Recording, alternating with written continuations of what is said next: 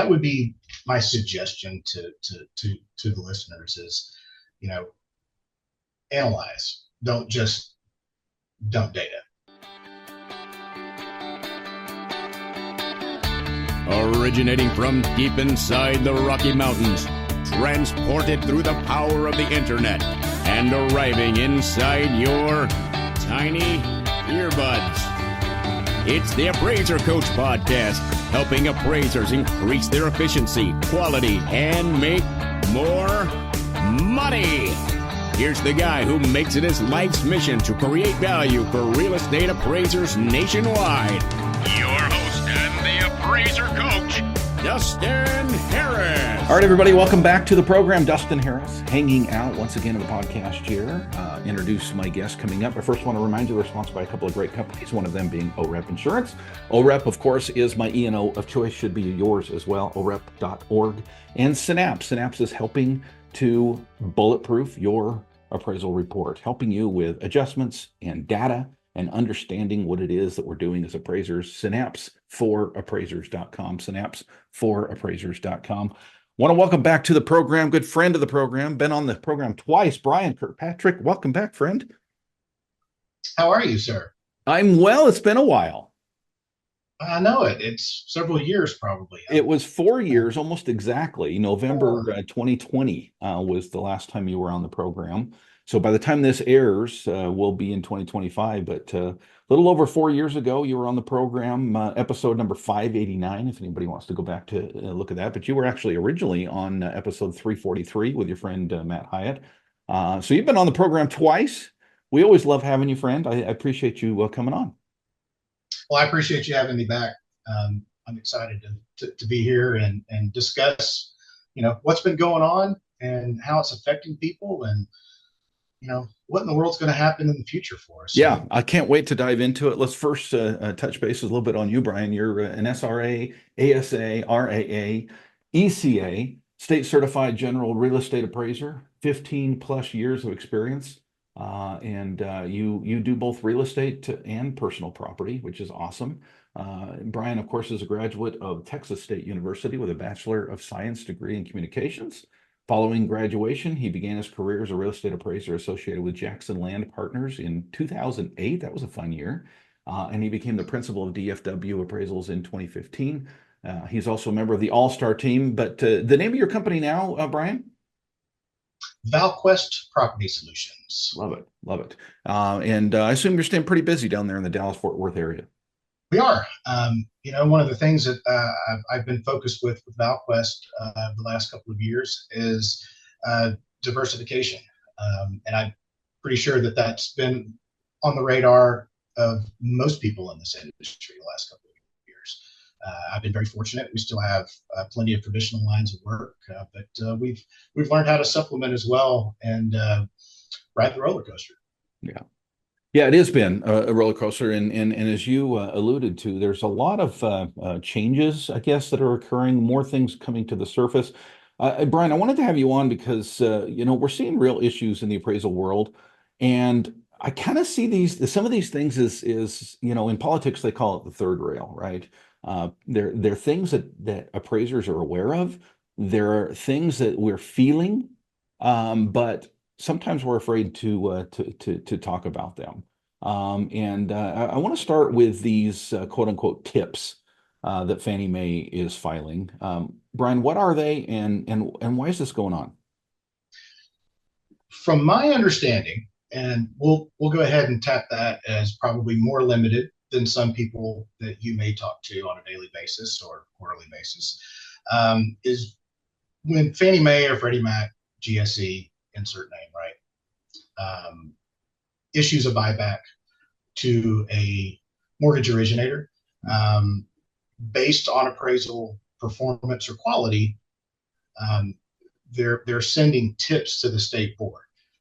And I can't speak on anybody's state board outside of the great state of Texas, but in Texas, when a tip is submitted, it is submitted as a complaint. Yep. And in Texas, there basically is a zero tolerance policy for appraisal complaints, tips, et cetera. If it goes into the system at the TALCB, it gets treated as a complaint. which if everybody has had one or knows, that's the worst email you can get that week, maybe even negative. Yeah. So, and what it boils down to is they're tipping, and it literally says that in the complaint. And the thing about it for me is well, what's the tip? Is it, oh, maybe this appraiser doesn't know what they're doing? Maybe their quality of work is subpar. Here, why don't you go investigate it? I think the tip is more like this. Let me give you a tip. This appraiser is awesome. You know what? That would be nice, wouldn't it? Yeah. I don't think that's happening. It hasn't happened for me. If anybody else out there has, I invite you to share. And so for me, I got one, and it was on a job that I could have told you that it was going to get quote unquote tips. Yeah. I ended up sending, I don't know, it must have been 6 or 7 pages worth of revisions on something. And it came back multiple times. And, I just figured, I said, somebody's really fighting this. I'm sure it had a very bad UAD rating. And so I almost saw it coming. Of course, it took them like 6 months to actually file it. And I don't know the rhyme or reason behind that, which potentially could mean that they're filing so many of these things across the nation that it just takes that long a process. I don't know. But I got one, answered it. We provided the work file, provided the report, provided a very, I wouldn't call it strong, but affirmative letter about in response to the quote unquote tips and accusations, and kind of explain why I didn't agree with how this process was going. Very professional. I'm not a person to go out and start screaming at the top of my lungs and not censoring myself when it comes to these things. But I wanted my state board to really kind of see, hey, there needs to be a better system for this. GSEs are going to do what GSEs are going to do. But at the end of the day, should it be considered a complaint, or should it be investigated at a different level? And I don't have the answer to that, but I do pose the question. Well, you mentioned UAD, so let's chat a little bit about that, because I think that most appraisers understand that these tips are increasing more and more. I'm hearing from my clients, coaching clients, that they're dealing with these. In fact, I never put myself out as somebody who helps with state board investigations, but by nature of what I do anyway, and the relationships that I have across the country, I'm seeing more and more of my clients reaching out saying, Dustin, help me. I got one of these letters. And often well, let's talk about UAD, right? So when UAD appraisers, I think a lot of us were afraid that it would lead to this kind of thing. Data can be a plus and data can be a negative as well, big data. In your opinion, how does, if at all, UAD play into this, Brian? It turns everything in an appraisal report into a 1 and a 0. Yeah. Right. So it's feeding information, as we all know, into a data set that can be interpreted, comprehended by quality control systems that are developed in software. It's kind of goes back to the age-old question of, well, you can do 1s and 0s and quantitative and qualitative analysis in appraisal all day long, but the computer system can't smell the cat pee. Yeah. Right. Or et cetera. You can apply that to so many different things. What I would refer to as a element of comparison, not a unit of comparison, right? And so I think it's very, very important for appraisers to utilize as much narrative in a 1004 or any other UAD report that can be supportive of anything that you're really having to try to get out. The grid and the 1s and the 0s and the adjustments and all that kind of stuff, property data, et cetera, can all be read. But on that supplemental addendum where you really can shine and say, here's why net gross adjustments are excessive, or, the market's not reading X, Y, and Z because of, A, B, and Z. Um, and that's not new information. But I feel like there's probably a lot of new appraisers that listen to your podcast, and I kind of want to make sure that anybody that has been trained to do residential appraising, primarily in these types of transactions, that you can't just be the form filler. You still need to be able to analyze and report what it is you're seeing.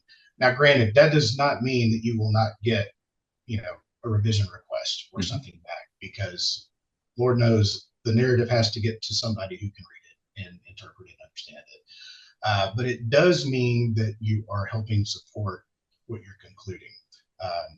And I can tell you, if you turn in an appraisal that has excessive adjustments in a grid, you're probably going to get a low score on it in the overall UAD system. So you can look at it and almost set yourself up and go, get you somewhere, somehow the ones and zeros are not going to add up, and somebody's going to get this as a flagged, low scored appraisal on their desk. So just be prepared. And that's one of the telltale signs that you can be prepared with. And of course, as most of your listeners know, utilizing Synapse, Spark, and I'm blank on some of the other ones, but there's multiple companies out there that do provide software to help analyze those numbers. Right. And at the end of the day, there's the quantitative analysis, and then there's the qualitative analysis. And what can we do from a quantitative standpoint, and then what do we need to do from a qualitative standpoint on top of that?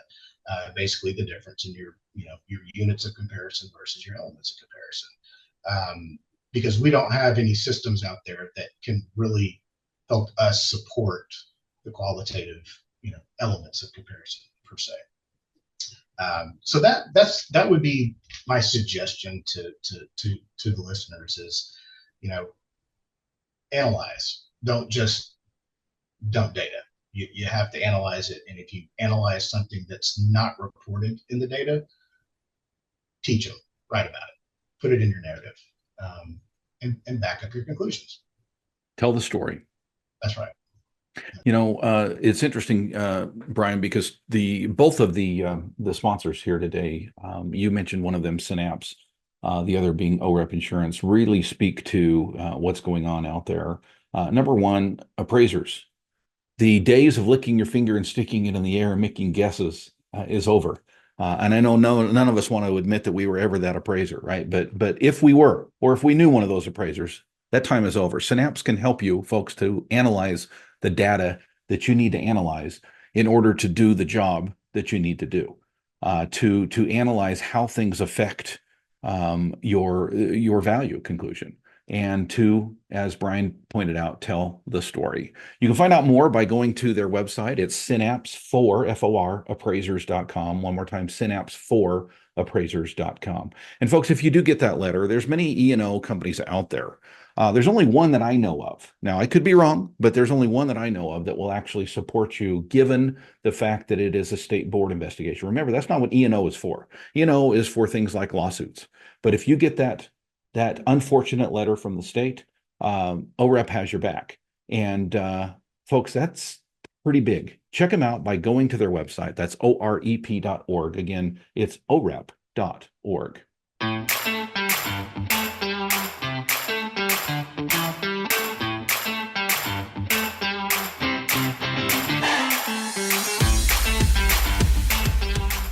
All right, folks, welcome back to the program. We have Mr. Brian Kirkpatrick out of the Fort Worth area. Brian, did you call into the Air Force Base, let them know to ground all planes while we do this podcast? No, I didn't. As a matter of fact, it's been such a rainy morning, I didn't have to make the phone call. I live, within 2 miles of the base. So on pretty days, we have F-35s screaming. Yeah. For those that don't know what I'm talking about, last time Brian was on, we had several of those take off right in the middle of the podcast recording, and I left it in. I was like, why edit? It makes it fun. But I appreciate you coming back on, Brian. It's always good to talk to you. You're a very knowledgeable individual. I want to talk a little bit about Some of the reasons for these tips, what I'm seeing, Brian, and tell me if this is your experience as well, is that many of these tips come from buybacks. And that's one of the things that is one of those telltale signs that you talked about. Sometimes you know these things are coming before they come, right? And a lot of times it's that we are made aware by our client that there's a potential or a buyback on an appraisal that we've done, and then they want answers, right? The first thing they do is start to point fingers at the appraiser. Uh, are you seeing buybacks increasing, Brian? It would have to be an assumption, Okay, but yes. And the reason I'm assuming that I don't have hard data in front of me, I'm sure it's out there. sure. I did not do that much research. My apologies.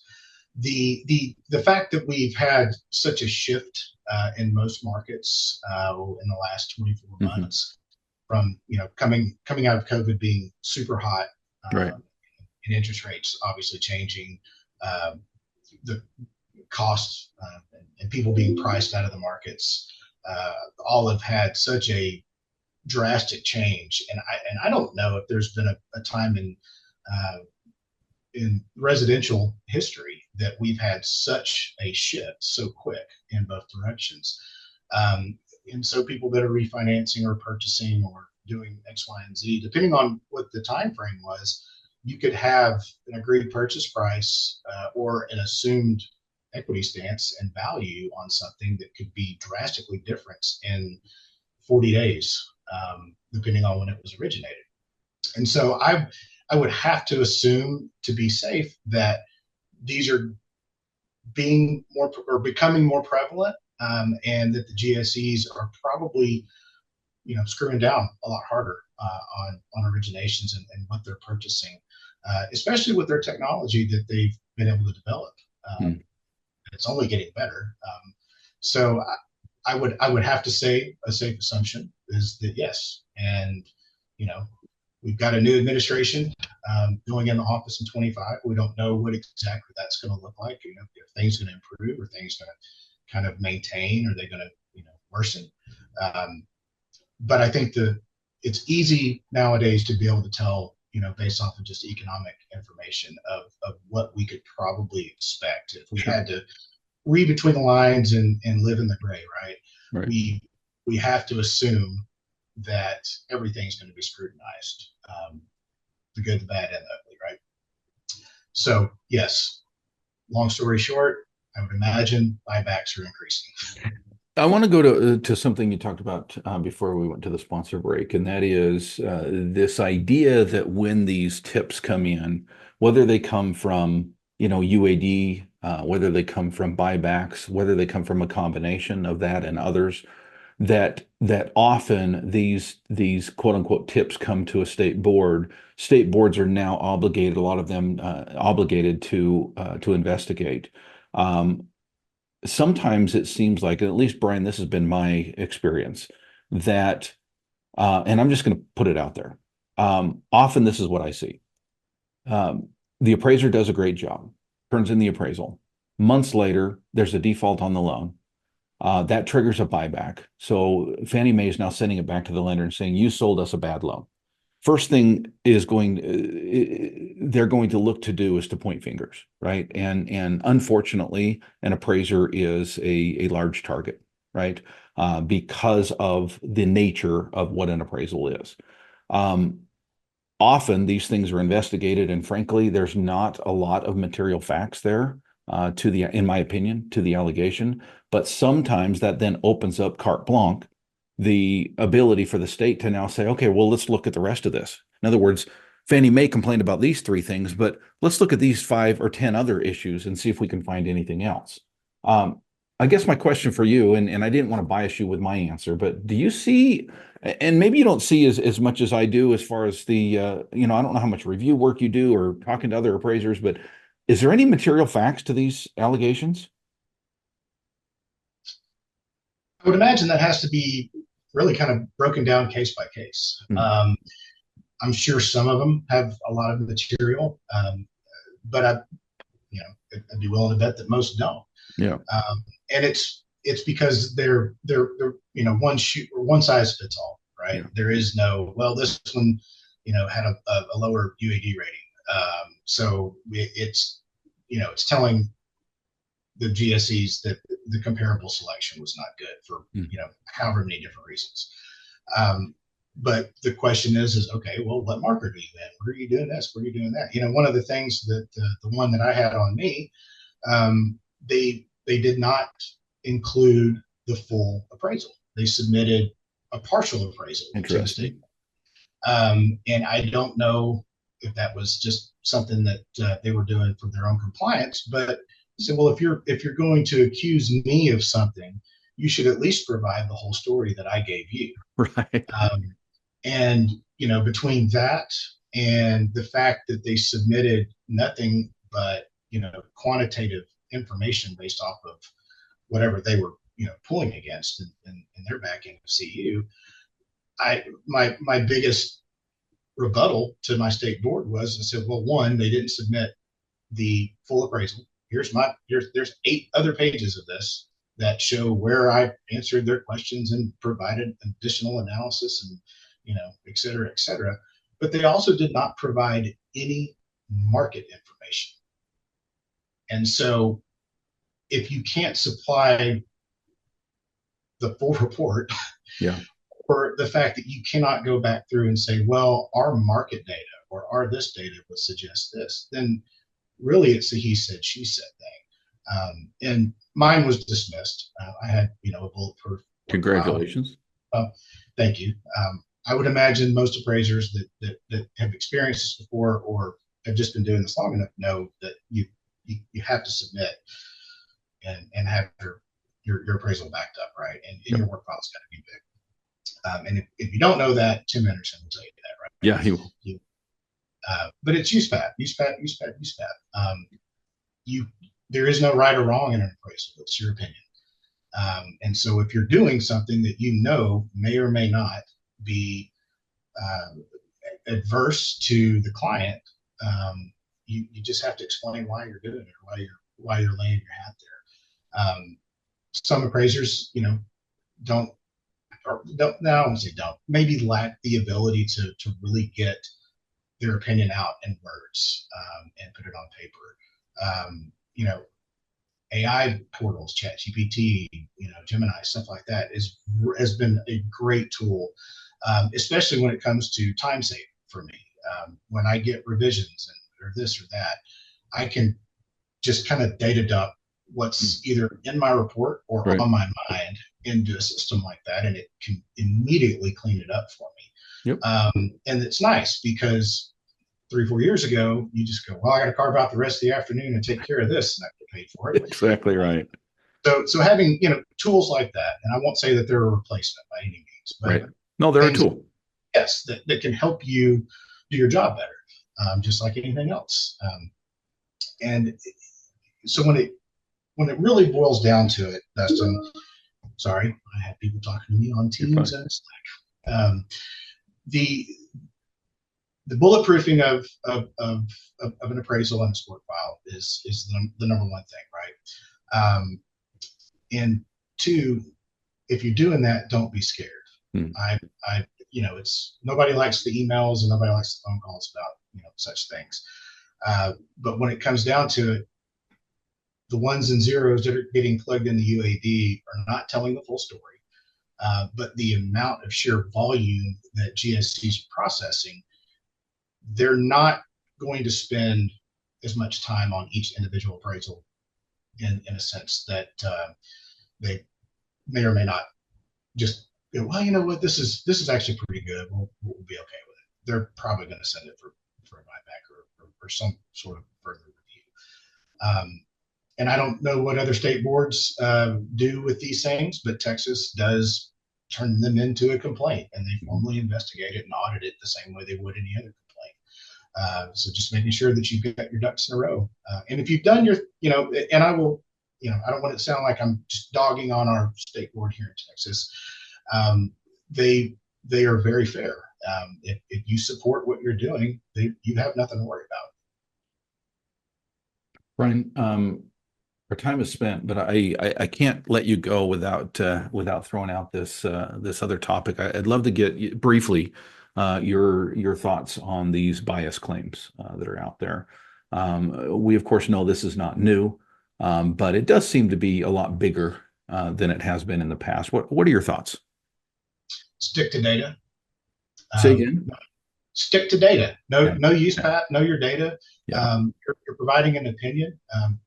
It's sad that the accusations have been out there, and maybe there's some people that are truly guilty of it.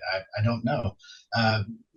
From what I have read, most of these accusations have come back to be completely bogus. And I've always said that if people think that there's bias in appraisals, then there's total bias in the economy, and there's bias in the data. And we're reporting the data, not creating it. But don't let something like that let the appraiser not be a scapegoat, right? I love it, Matt. I love that thought, and that's going to stick with me for a while, right? So if there's bias, it's because it's in the data, which means it's in the market. Brian Kirkpatrick, thank you, friend. It's always a pleasure to have you on. You have an open invitation anytime you want to come back on. You are a smart dude, and are willing to bring up topics that others are not. I appreciate it. Thank you, friend. Well, thanks for having me. It's good to see you. Good to talk to you. Hope everybody's doing well. Until next time. Until next time. You've been listening to the Appraiser Coach podcast with Dustin Harris. If you like what you hear, please give us a 5-star rating and post a short review on iTunes. For more in-depth insider information on how you can make more money as a real estate appraiser, visit theappraisercoach.com and sign up for the All-Star team today. Thanks for joining us. And now, get out there and create some value.